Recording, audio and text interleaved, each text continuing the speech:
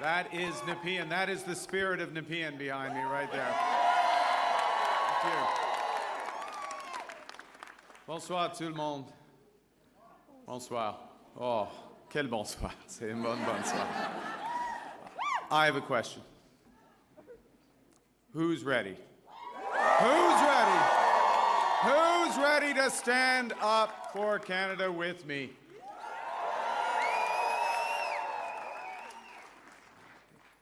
And who's ready? Who's ready to build Canada strong? Okay, we got that settled. That's good. Avant de commencer, je voudrais féliciter les autres chefs de parti, de leur campagne et de tout le travail qu'ils ont fait. Je les remercie pour leur service envers le Canada, maintenant et dans le futur. I want to thank the leaders of the other parties. I want to salute the contribution of Jagmeet Singh. I noticed his remarks. Yeah. Leading on progressive values. Elizabeth May will be returning. François Blanchet. And I want to congratulate Pierre Poilievre on a hard-fought, fair, good campaign, his commitment to the country that we both love.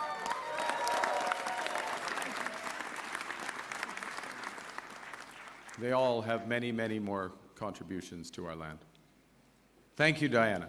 Thank you, Diana, for your work on this campaign. Thank you, Diana, for the commitment and compassion you bring to everything that you do. Tonight simply would not have been possible without you and without the support of our 4 children who inspire me to service every single day.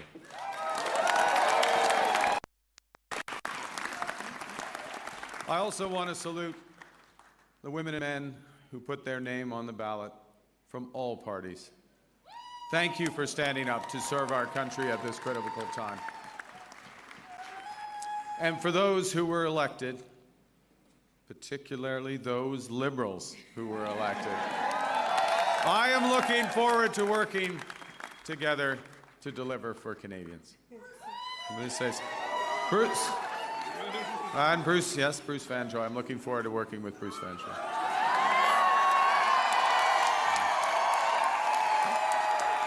Fantastic. He will be a great MP.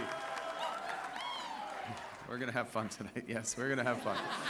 Bien sûr, je tiens à remercier les milliers de bénévoles ici ce soir et à travers le pays, qui ont donné de leur temps pour cogner au port, pour faire des appels, pour échanger avec leurs voisins et les membres de leur communauté, pour nous donner un gouvernement fort. Ouais, c'est ça. You know, I chose to enter politics because I felt we needed big changes in this country, but big changes guided by strong Canadian values. Values that I learned at the dinner table from my parents, Bob and Verley, and from my siblings. I appreciate this more in retrospect from my siblings. My siblings, Brenda, Sean, and Brian. Values that I learned on the ice from my coaches. Values that have been reinforced as I've met with Canadians across this great country. And those include 3 values that I want to highlight this evening. Humility. It's Canada after all. Ambition. It's Canada after all. And unity. It's Canada.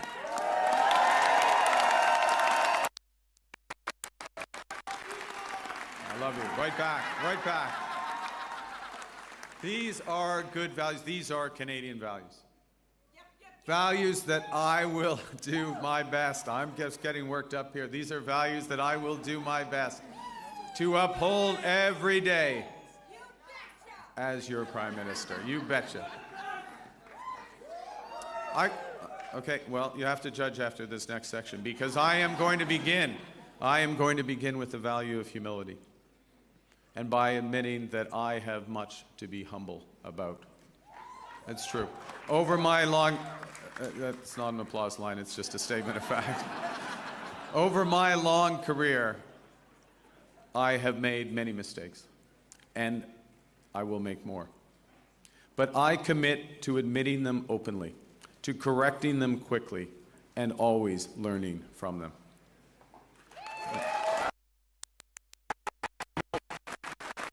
Humility underscores the importance of governing as a team in cabinet and in caucus, and working constructively with all parties across Parliament, of working in partnership with the provinces and the territories, and with Indigenous peoples.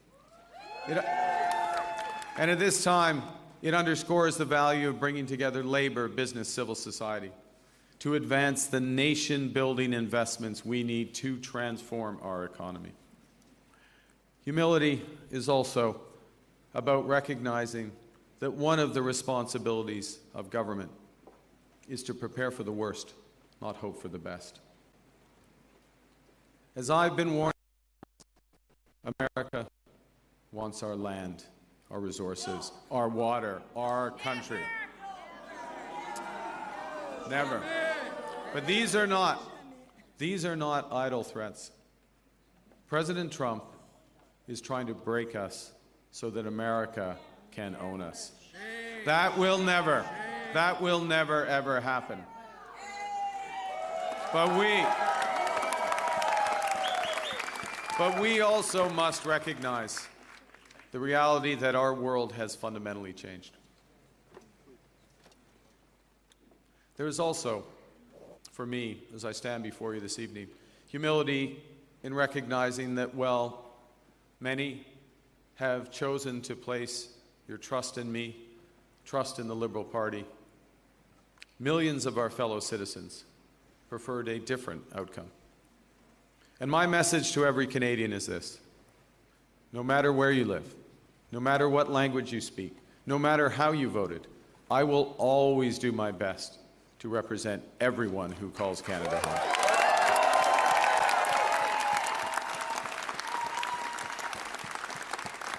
You know, during this short campaign, I went to Saskatchewan and Alberta a couple of times, even though, you know, we're Liberals. It's tough. It's tough out there. I grew up there. But I went because I intend to govern for all Canadians. And au cours de cette campagne, plusieurs Québécois et Québécoises m'ont ouvert leurs portes, m'ont accordé leur confiance. J'en suis profondément touché et je vous en remercie. La langue française.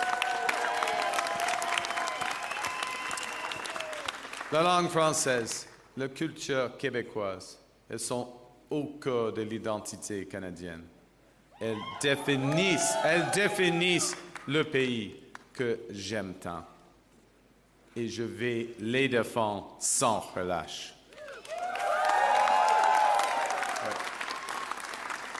Avec la forte équipe de députés québécois que vous venez d'envoyer à Ottawa, nous allons faire en sorte que le Québec continue de prospérer au sein de Canada fort.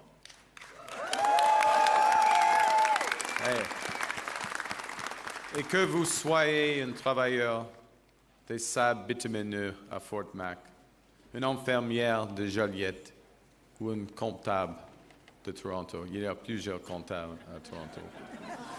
Mon gouvernement va travailler pour vous tous. So, as we come here after this consequential, most consequential election, let's put an end to the division and anger of the past. We are all Canadian, and my government will work for and with everyone.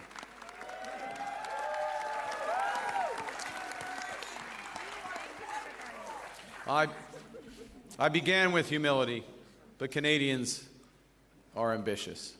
And now, more than ever, it is a time for ambition. It is a time to be bold, to meet this crisis with overwhelming positive force of a united Canada. Because We are going to build. Build, baby, build.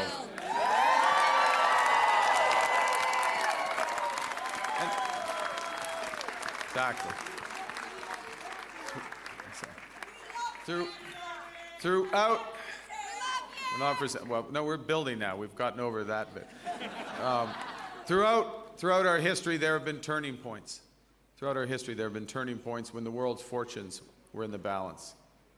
That was the case at the start of the Second World War, just as it was at the end of the Cold War.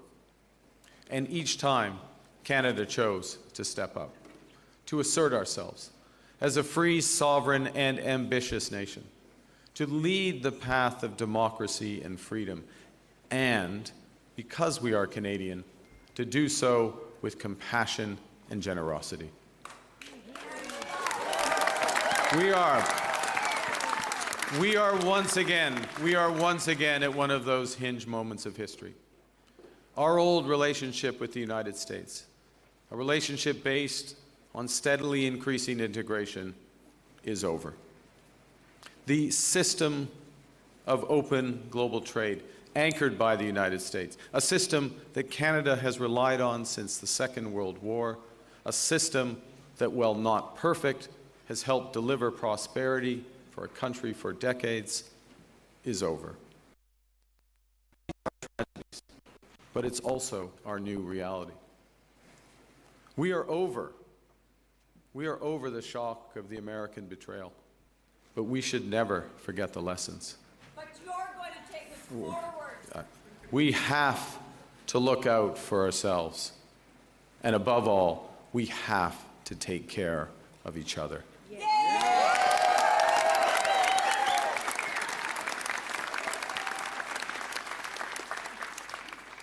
When I sit down with President Trump, it will be to discuss the future economic and security relationship between two sovereign nations.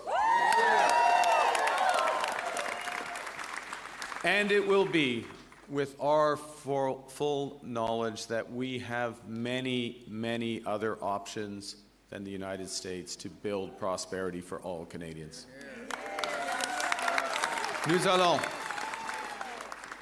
Nous allons renforcer nos relations avec des partenaires fiables en Europe, en Asie et ailleurs. Et si les États-Unis ne veulent plus jouer un rôle de premier plan dans l'économie mondiale, le Canada le fera. We will lead, not the Americans. Nous sommes maîtres chez nous. Nous allons bâtir des millions de logements, une superpuissance énergétique, de bonnes carrières dans les emplois spécialisés et une seule économie canadienne par 13. We will chart a new path forward because this is Canada and we decide what happens here.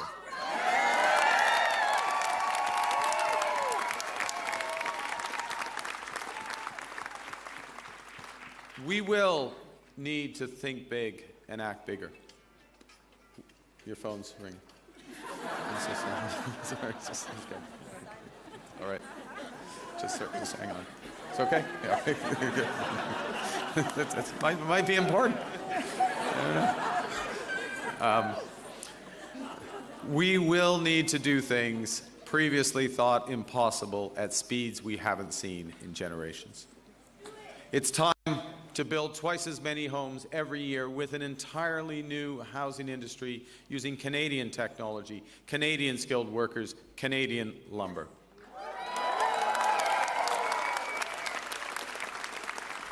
It's time to build new trade and energy corridors, working in partnership with the provinces, territories, and Indigenous peoples. It's time to build hundreds of thousands of not just good jobs, but good careers in the skilled trades. It's time to build Canada into an energy superpower in both clean and conventional energy. And it's time to build an industrial strategy that makes Canada more competitive while fighting climate change.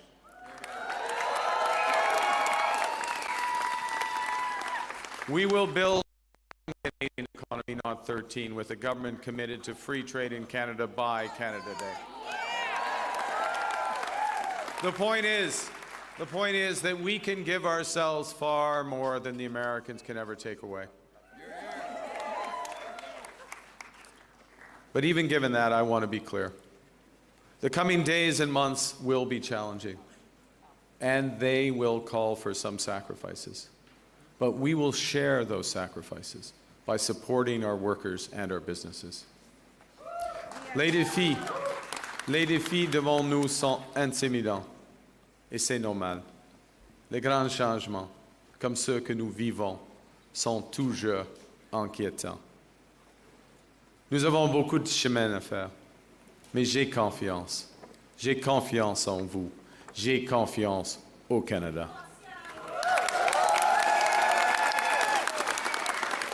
Because Canada is more than a nation. We are and we always will be a confederation, a sacred set of ideas and ideals built on practical foundations. That we know we're not always perfect, but we always strive to be good. We do things because they're right, not because they're easy. That we see kindness as a virtue, not as a weakness. Most importantly, we know that our strength lies in our resolve to work together as a country. It relies on our unity. You know, on the second day of this campaign, I went to Gander, where on 9/11, they welcomed thousands of passengers into their homes without question or hesitation. I sat down with two of the many heroes of the time, Diane Davis and Beulah Cooper. And during our conversation, they showed me a thank you card that they'd received from a young girl called Ellie, who wrote, "Your kindness motivates me to use my kindness." That touching phrase captures what Canadians instinctively know, that virtue is like a muscle that grows with its exercise. We become just by doing just acts, brave by doing brave acts. When we are kind, kindness grows. When we seek unity, unity grows. When we are Canadian, Canada grows.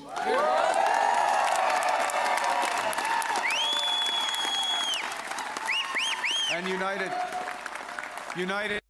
over our history, we have done hard, seemingly impossible things. United, we have built one nation in harsh conditions despite a sometimes hostile neighbor. Yes, they have form on this, the Americans. United, we have confronted our own past with Indigenous peoples. Unis, nous avons bâti un pays qui rassemble des langues, des cultures et des croyances différentes. Unis, nous avons bâti des institutions culturelles essentielles comme CBC Radio-Canada. United, we have created universal public health care. And now, in the face of this crisis, united, we are buying Canadian. We are exploring everything this country has to offer. We are supporting our friends and neighbors in the crosshairs of President Trump through a crisis that we did not create. United and build the strongest economy in the G7, an economy that works for everyone.